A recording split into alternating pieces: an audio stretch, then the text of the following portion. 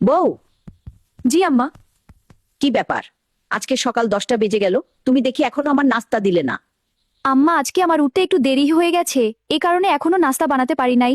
আমি এখনই গিয়ে আপনার জন্য নাস্তা বানাই নিয়ে আসছি। হ্যালো মা, কি অবস্থা তোর? কেমন আছিস? এই তো আছি মা, ভালোই আছি। আমরা এই তো নাস্তা টাস্তা খেয়ে বসে আছি। হ্যাঁ, তোর ভাবি সেই ফজরের ওয়াক্ত উঠাছে নিজে খাওয়ার আগে, এসে আমাকে নাস্তা চা দেয়, ওষুধ দেয়, আমার যে পরিমাণ সেবা যত্ন করে আমার পুতের বউয়ে। অথচ দেখো কিন্তু সকাল থেকে কিছুই খায় নাই। অথচ সবার প্রথমে আমার নাস্তাটাই আমাকে দিচ্ছে। আমি ডাকার আগেই আমার জন্য সবকিছু হাজির করে রাখে। একদম আমার মনের মতো একটা পুতের বউ পাইছি। আচ্ছা ঠিক আছে মা, তো ভালো থাক। মা, আমি তো এখনো আপনাকে নাস্তাই দিলাম না, তাহলে আপনি আপনার মেয়ের কাছে মিথ্যে কথা বললেন যে আমি আপনাকে নাস্তা খাওয়াই ফেলছি।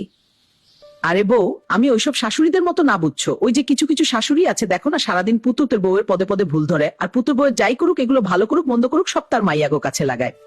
আর আমি একটা জিনিস খুব ভালো করেই বুঝি, যখন আমার শেষ বয়স আসবো, মানে বৃদ্ধ বয়সে, তখন কিন্তু সবার প্রথম আর মাইয়া আমারে দেখতে আসতে পারবো না। আর আসবোই আমি, ওরেও তো আমরা বিয়ে দিয়ে দিয়েছি। পরের ঘরের সংসার, পরের ঘরের রাইখা কি আমারে সেবা করতে আসতে দিব? ওই সময় কিন্তু এক গ্লাস পানিও যদি আগায় দেয়, সেটাও আমার পুতের বউই দিব। সেই জন্য আমি বুঝি যে পুতের বউকে আমি যদি প্রথম থেকে আমার মেয়ের মতো দেখি, পুতের বউয়ের সব কাজে যদি আমি ভুল ত্রুটি না ধরি, কাজের শেষ বয়সে কিন্তু আমার ছেলের বউ আমাকে মায়ের মতোই দেখবো, সেবা যত্ন করব। ওই সময় আমার পুতের বউরে আমার আর বলা লাগবে না যে বউ আছো, আমার একটু সেবা যত্ন করো। ওই সময় তোমার নিজেরই চোখে লাগবো, কারণ ওই যে প্রথম থেকে যে আমি তোমার মেয়ের মতো দেখছি। আর আমার মাইয়া যদি সকালে 10-9টা বাজে ঘুম থেকে উঠে, তো আর আমরা কিছু বলি না। আর প্রথম দিকে যদি আমি তোমার সাথে হিংসা করি, তোমার সাথে কথা বলি, চলাফেরা করি, তাহলে কিন্তু বৃদ্ধ বয়সে তুমিও আমাকে ওইভাবেই দেখবে। ঠিকই বলছেন আম্মা।